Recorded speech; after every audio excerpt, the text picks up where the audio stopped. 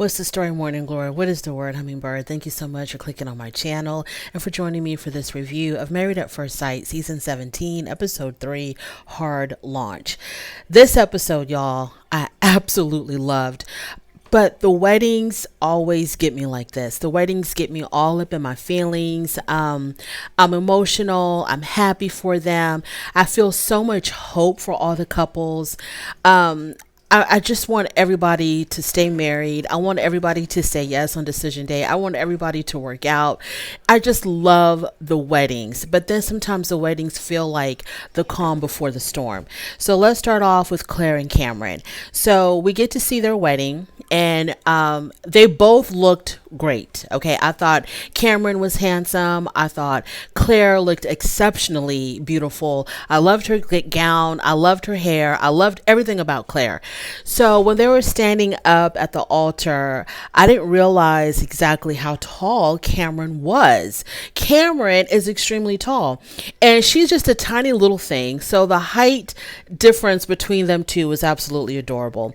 So she thinks that he's adorable. He thinks that she's beautiful. So I was really glad that they were, so that they were attracted to one another.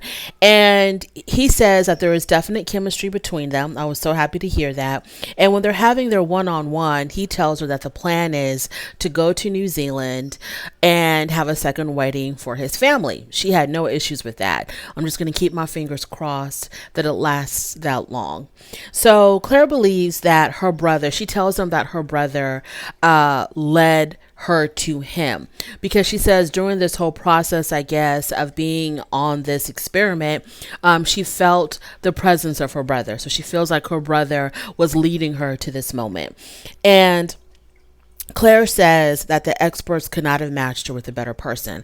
So of course, sometimes I'm a little bit, apprehensive when they say such wonderful things about each other, because they don't know each other. And because of the fact that I'm hoping everything works out for all of them, for every single couple, I'm hoping for it all to work out. And when they say such wonderful things to each other, it does make me happy. But then I have to remind myself they don't really know each other. And when they start to get to know each other, they want to take back those words. So at the reception, they admit to one another while they're having dinner and they're sitting next to each other, that they admit to each other there's a definite attraction between them. I was so happy about that.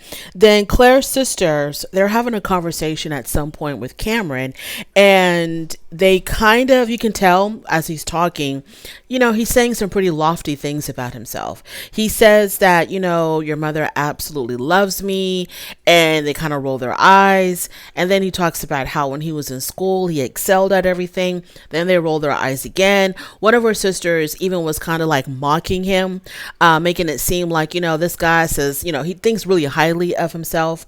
And I kind of, was a little bit disappointed in Cameron for talking like that, because he wasn't really like that around Claire. I thought around Claire, he was extremely humble. But when he was talking to her sisters, he was very overconfident about himself. So they have a chance to talk to Claire's grandmother. They call her Gigi, and the best advice that she gave them was that, don't fight. And when you do fight, don't go tit for tat. So like if you say, hey, why are you coming home late? You don't respond back with, well, I'm coming home late because dinner was late last night. And that's why, don't do the whole tit for tat argument, where you want to point out each other's faults. So I hope that they have the intelligence and the wherewithal to not do that. I hope all of these couples have the intelligence and the wherewithal, because arguments are going to happen. We all know that, but I want them all to argue intelligently. Don't do the cursing out, don't cuss each other out, don't slam doors, don't spend the night outside the home, don't go to bed angry. Work it out, talk intelligently with one another, and try to come to a resolution. Anyways, whatever. So Claire and Cameron, I thought they look good together. I want them to work out. They're just an adorable couple. Cameron, if you do think a lot of yourself, if you're really full of yourself, take that down a couple of notches. Something else that I kind of also noticed, like whenever he's talking, she has a tendency to kind of interrupt or cut in, but then we see a clip of an episode somewhere down the line where they're having a disagreement and he's interrupting her as she's talking. So that's just like a little thing that I noticed. Moving on to Emily and Brennan. So Emily's spunky. She's going to be our spunky one this season. You know, she's got that party girl vibe about her. And as she was talking to Brennan about her bachelorette party and all that went down at the party and how she was taking belly shots from the stripper, of course, he had a look on his face like, okay, what did I get myself into? But even though out of all the couples, maybe Emily and Brennan might be the one that you would least expect to make it, I still have a lot of hope for them. I still have quite a bit of hope for them, because I think that somewhere in Emily is a maturity within her, and maybe this is what she needs to kind of be a little bit more mature, because Brennan, I can see someone like Brennan kind of like helping her grow a little bit, because she does kind of come off a bit young. She does kind of come off, like, I just want to have a good time. I'm all about partying. Woohoo, let's party. She does come off like that, but maybe someone like Brennan can kind of center her if he has the patience. But I also kind of see someone like Brennan not giving her a lot of time to grow, and maybe giving up on her a little bit too early, because he seems like he wants to have someone very serious right away, someone who can take this whole thing seriously immediately. So I don't know. What else happened between them? Brennan tells her bridesmaids that Emily meets all of his expectations, because she seems to be very adventurous. She seems like, she does want to have a good time, and she checked most or all of his boxes. Emily tells his friends that she's never been in a real relationship. So as she's sitting there, amongst his groomsmen, they're talking about her lack of relationship experience. And you can tell that his friends are kind of like worried about that, right? So they were asking her, well, if you've never been in a real relationship, how are you going to handle a marriage? And, she did give a good answer. I forgot what she said, but she did give a good answer. And, kind of like, oh, I forgot what she said. I'm not even going to try. So she tells his friends that, what did she tell him? Okay, so the friends tell her that Brennan's biggest thing is communication. He's big on communication. He's had serious relationships end because the communication was poor. Like, if he texts you, he wants you to text him back. So he's really big on, keeping that flow of communication going. And she said that her mom told her that she needs to work on communication. And I'm glad that she understands that she is aware of that, because now she can work on that. So yeah, let's hope that she remembers that. So Emily tells his friends that there is a definite attraction between her and Brennan, and that if Brennan wanted to consummate their marriage, that night, she's down for whatever.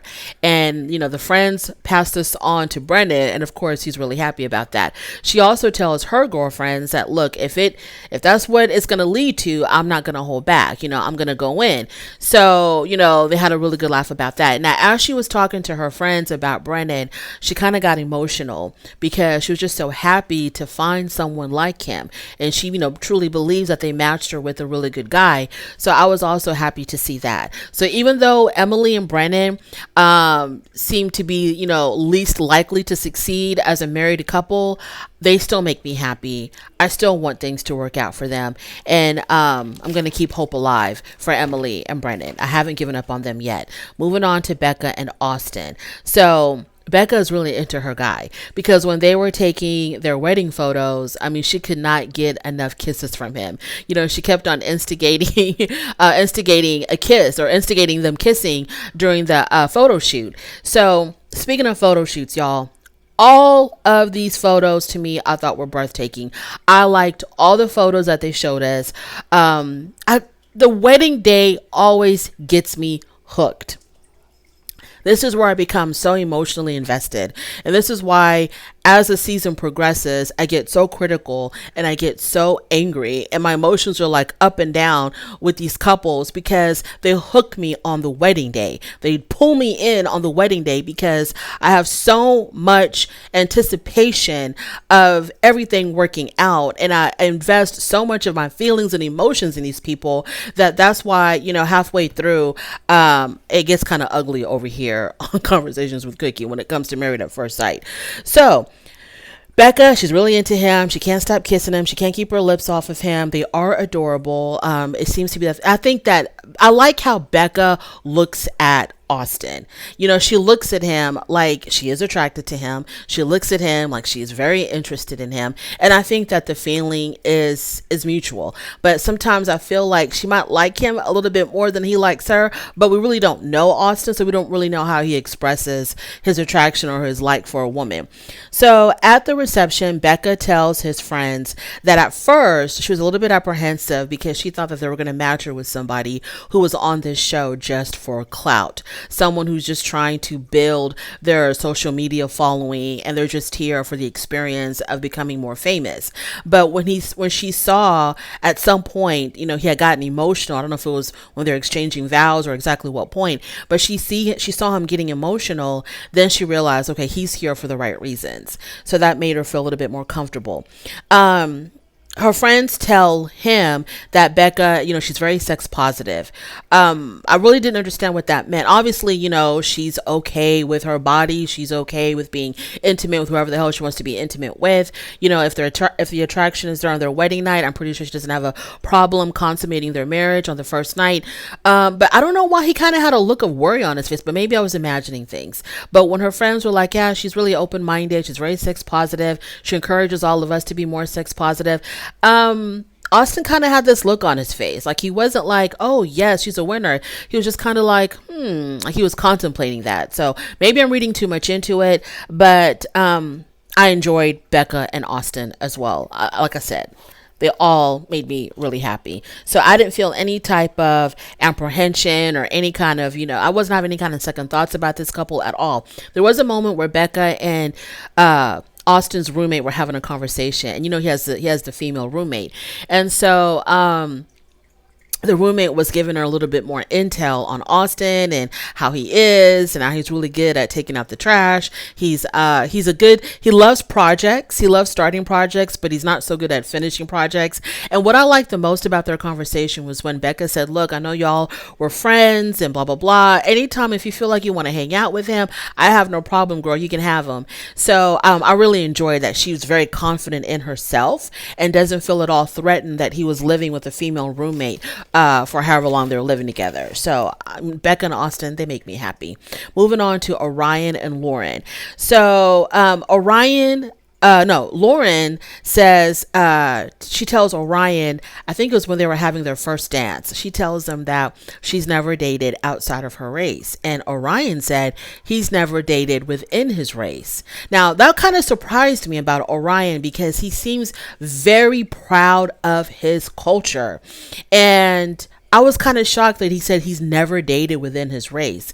So that was interesting. So moving on to the reception, Lauren talks about, as they're having dinner, Lauren tells him how close she was with her mother, and that her mother was the kind of person who wasn't very judgmental, but she took every experience that Lauren would have, no matter how good or how bad. She took everything as a learning lesson for Lauren. And she gave an example. She's like, for example, if I was going to have a one night stand, which I wouldn't do, but if I was going to have a one night stand, I can tell my mom about it. And at first, my mom would be like, oh, really? That's interesting. How was it? But then the next day, she'll come back to me and she'll be like, well, let's talk about that. Let's talk about the pros and cons of one night stands. That's how her mother was. She's very open-minded, not judgmental, not critical, but if she did something that was a little bit questionable, it was like a teaching moment. And, that was wonderful. So Orion says that he's living with his mom, because as she's talking about her mom and how close they were, he goes, yeah, I'm so close to my mom that me and her still live together. And he wanted to get that off his chest. He wanted her to know that right away because a lot of women are going to be like, excuse me, what? So he says he is working on his real estate broker's license in Colorado. And so as he's doing that, he's living with his mom. And she says, I don't have an issue with that as long as you're working towards something and you're using this time with your mom, as something, that you're using it intelligently. Forgot what word she said. She worded it so elegantly. As long as you're using this time to kind of build your future and you're working towards something, I don't have a problem because I understand, times are rough out here. So this is allowing you to save money in order for you to be able to, live independently at some point. No issues. And he felt so relieved that she wasn't judgmental about that and that she wasn't going to, it didn't bother her. He was relieved about the fact that it didn't bother her. So they did a traditional drum dance, and which was a part of Orion's culture. And it was beautiful because everybody was involved, and I got chills. And I just loved it when all the families get together and do something together, and everyone's just having a good time with one another. And so that was beautiful. And yeah, I really don't want Orion to be setting us up for failure. Like, you love him so much in the beginning, and then it all comes crashing down later on. Because when they were showing us the snippets of the future episodes, why is my girl Lauren crying all the damn time? Like, every little snippet they showed of her after they show you all the good stuff, because you know how they do it when they show you previews. They show you everybody loving each other. Everything is so positive. Everything is so wonderful. And then the music changes. You get the doom and gloom soundtrack. And then everybody's crying and arguing and cussing each other out. So why was my girl Lauren crying in all of those little previews?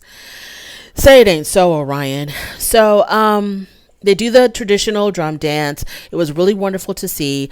Lauren tells his sister and his other relative, I don't know who the other guy was, that her red flag is that she needs external validation. I think that's what she said. Like, she wants to be validated all the time. I think that's what she said, but I'm not sure. And I hope that doesn't turn around and bite her with Orion. So Orion tells Lauren's dad that he's licensed to practice real estate, and he has a license in electrical, whatever he does, in New York. He's a licensed electrician and real estate broker or agent in the state of New York. So Lauren's father asked Orion, do you plan on leaving Colorado? Or asked him, do you plan on staying here? And he says, no, I don't plan on staying here. He says he kind of wants to like go back and forth. I think that's what he said. He wants to be able to live in both states or something like that. And from him saying that, Lauren's dad picked up that, well, you're not including Lauren in your plans. And I'm like, how did the dad get that from him saying that he didn't plan on staying in Colorado permanently and he wanted to live in 2 states? I guess because he didn't just automatically come out and say, well, I don't plan on staying, but I have to see what Lauren's going to say, or I have to see what Lauren thinks about living in Colorado permanently. I guess that's what the dad thought he was expecting him to say, instead of him just saying, no, I don't plan on staying. I plan on leaving at some point. So the dad was like, well, you're not including Lauren in your plans. And Orion was like, of course she's going to be included in my plans. The father was very serious. The father, to me, he was like, no nonsense. He wanted to hear plans. And I don't know how the father feels about Orion still living with his mother right now. But yeah, the father was like extremely serious. He asked him, what is your expectations of marriage? And he said something about he grew up in a very matriarchal home. And he's mentioned this before to Lauren. And then he says, I don't want to misquote him. He says that he grew up in a very matriarchal home. So this is the reason why he did not date within his race, because he doesn't want to be bossed around. And so the dad was like, excuse me, come again? What did you just say? And Orion repeated himself. And I was just like, what? So because you grew up in a home that was, you're surrounded by women, you're associating your home, the women that you grew up around, the women that raised you, you're associating them bossing you around or whatever. You're associating that with other women within your race. And that's why you don't date within your race, because you just assume that other women who are Native American are just like your mom, your aunts, or whoever raised you. And, you want to stay away from that. Like, that didn't make any sense to me. I don't know. Well, he knows more about his culture than I do, so I don't know. But that kind of didn't make any sense to me, because he made it seem like because I grew up around women, and the women that I grew up around were all Native American women, I don't date Native American women because they're bossy. That's what it seemed like he was saying. I don't want to misquote him. So y'all let me know if I understood that correctly, or if I completely, missed his point. But that's what it sounded like he was saying to me. And that's the reason why he doesn't date.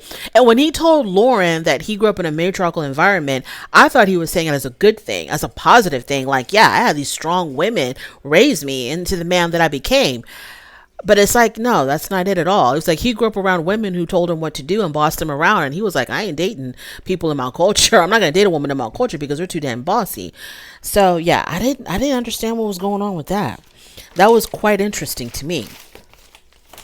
And so then Orion tells his relatives, because he's sitting with his sister and somebody else. And he's like, I think Lauren is a real catch. He goes, I'm constantly looking around the room for her because I want her to come back. I want to continue talking to her. And Lauren said the same thing about him when she was talking to her relatives. She was like, I'm always scanning the room trying to figure out where he's at because I like spending time with him. And so they ask him if he's going to get lucky on his wedding night. And Orion shocked me when he said that he does not want to do that on the first night. I'm assuming because he doesn't really know her. It's got nothing to do with attraction, because I think he said he was attracted to her. So I'm assuming that he doesn't want to jump into that right away, the intimacy, because he doesn't really know her and maybe wants her to feel more comfortable around him, and he doesn't want to feel like he has to pressure her. And I think they asked him, well, what if she wants to? And then he was like, well, then I'm just going to have a really hard decision to make. So Orion, to me right now, he's like a conundrum. Like, I'm not really understanding what's going on with this guy, but I still love him and Lauren and all the couples. They all make me so happy right now. Now, there was a poll going on tonight on the show, which was, I think the question was, which couple do you think is going to make it till the end?